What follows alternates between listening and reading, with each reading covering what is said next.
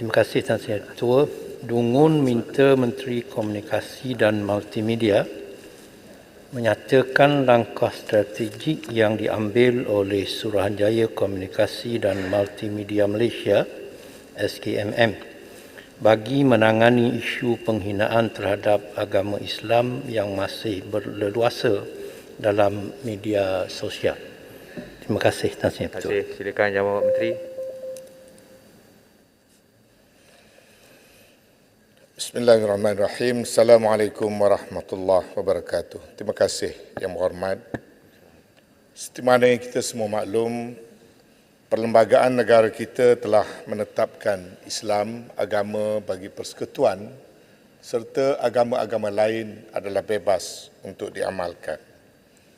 Maka prinsip menghormati kedudukan agama Islam dan juga agama-agama lain hendaklah sentiasa dipatuhi oleh seluruh rakyat dalam negara kita. Oleh yang demikian, kerajaan melalui Suruhanjaya Komunikasi dan Multimedia Malaysia dengan kerjasama PDRM tidak akan berkompromi dan sentiasa komited untuk mengambil tindakan yang setegas-tegasnya terhadap mana-mana pihak yang mengganggu gugat kestabilan dan keharmonian negara, termasuklah penghinaan terhadap agama Islam dan juga mana-mana agama-agama lain.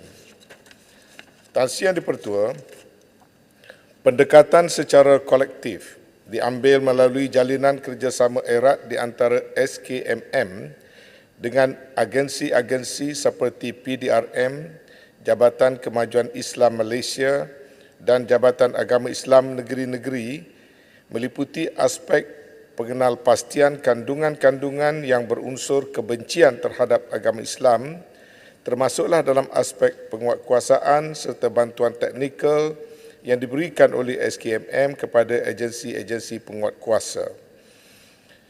PDRM dan SKMM, untuk makluman, baru-baru ini melalui mesyuarat jawatankuasa induk PDRM MCMC terus komited dalam mengukuhkan jalinan kerjasama bagi membenteras jenayah dan melindungi pengguna internet dalam negara, termasuk mengenai isu berkaitan ketenteraman awam di media sosial.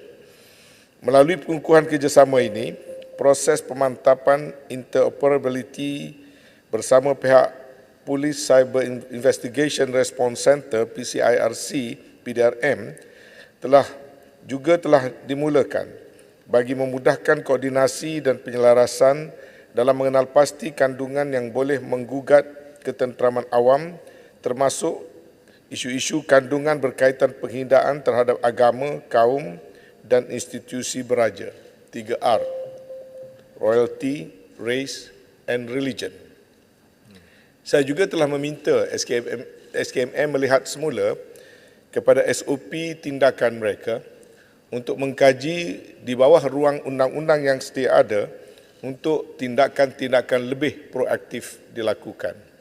Saya difahamkan SKMM sedang membuat rujukan kepada pihak AG Chambers untuk membolehkan pentafsiran yang jelas di bawah undang-undang sedia ada di mana dirasakan tindakan lebih tegas dan pantas tanpa kompromi dilakukan terhadap penghinaan agama Islam dan juga agama-agama yang lain. Terima kasih. Terima kasih. Yang Berhormat Dungun. Terima kasih atas jawapan Menteri.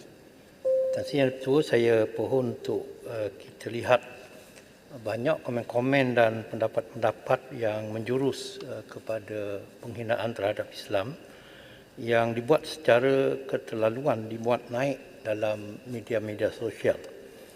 Soalan saya, adakah SKMM mempunyai tenaga kerja yang mencukupi bagi mengambil tindakan sewajarnya dalam kes-kes ini, memandangkan pada waktu ini jelas wujudnya kekurangan pemantauan yang dibuat oleh pihak berkuasa. Terima kasih Tan Sri Ketua. Terima kasih. Silakan Jawab Menteri. Buat masa ini bukan soal yang berkaitan dengan soal kekurangan tenaga, tetapi adalah soal yang berkaitan dengan bagaimana sosial media itu dikendalikan. Misalnya penyedia-penyedia perkhidmatan berpengkalan di luar negara dan mereka yang mempunyai hak untuk menurunkan atau tidak menurunkan posting-posting yang berbaur penghinaan. Sementara kita pula tertakluk kepada proses undang-undang yang tertentu. Kerana perlanggaran itu kebanyakannya apabila ianya bercanggah dengan mana-mana provision di bawah penal code ataupun akta hasutan, maka proses penyiasatan dan due proses yang lain perlu dilakukan. Jadi proses ini yang biasanya mengambil masa yang panjang. Sehingga kini beberapa tindakan telah pun diambil. Misalnya sehingga Oktober 2021, 10 kertas siasatan telah dibuka oleh SKMM dan satu daripadanya telah pun didakwa. Jadi proses ini yang memakan masa yang agak panjang kerana kompleksiti perkhidmatan dan internet termasuk dalam posting di Facebook dan juga akaun-akaun dia kendalikan daripada platform di luar negara. Terima kasih. Yang Amat Kuala Selangor. Terima kasih Tan Sri. Sebagai sebuah negara yang sempurna sifat majmuk dan kepelbagaiannya dari segi agama, budaya dan kaum, ya, amat mustahak bagi mana-mana kerajaan persekutuan pun yang wajar dan mampu menangani segala tuntutan dan kepentingan yang saling bersilang dan bertembung, ya. Dan ini adalah sangat mustahak. Tidak cukup dengan kita hanya mewawarkan, menggagaskan apa juga slogan dan yang molok-molok seperti keluarga Malaysia dan sebagainya. Di segi ini, Menteri, ya, Tan Sri, adakah pihak kerajaan bersedia untuk mempertimbangkan dengan serius akan dan segera untuk mewujudkan sebuah akta baru yang boleh kita namakan Akta Keharmonian Nasional bagi membendung mana-mana pihak yang tidak bertanggungjawab dari segi menyalahgunakan kebebasan dan mengambil kesempatan terhadap segala jenis kebebasan yang ada, ya, yang diberikan kepada mereka untuk mencetuskan keadaan huru-hara dan ketidakharmonian, ya.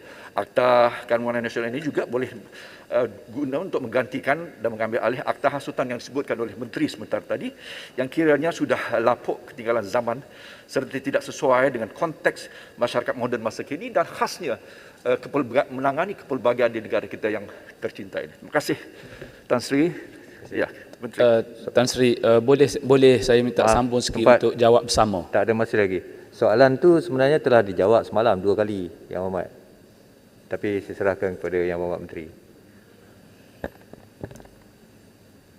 Tidak dinafikan, negara kita adalah antara negara yang begitu majmuk, berbilang kaum, berbilang bangsa, berbilang agama, tapi terbukti merupakan sebuah negara yang aman makmur dan harmonis sekali. Ini tidak ada siapa yang dapat menafikan. Namun pada masa yang sama kita juga tidak menolak bahawasanya ada berlaku walaupun secara kecil-kecilan tindakan-tindakan yang menyentuh keharmonian tersebut. Jadi soal menggubal perundangan baru bukanlah jawapan kepada permasalahan itu. Advokasi dan juga usaha-usaha yang berterusan untuk mendorong dan menggalakkan rakyat supaya mengamalkan sikap-sikap dan nilai-nilai yang bersesuaian dengan sebuah negara yang berkepelbagaian kaum, agama, adat resam dan sebagainya. Budaya ini sebenarnya telah kukuh terpahat dalam negara kita dan tidak boleh dinafikan. Cuma langkah berterusan adalah untuk menerapkan lagi dan mengukuhkan lagi nilai-nilai saling menghormati atas kepelbagaian dan tidak membangkitkan perkara-perkara perkauman, menyentuh soal-soal kedudukan raja-raja dan juga soal agama dan sebagainya. Sebab itu, pelaksanaan dan penguatkuasaan berterusan adalah penting dan kerajaan ingin menegaskan sekali lagi bahawasanya tindakan akan diambil dengan tegas terhadap mana-mana pihak yang menghina mana-mana agama.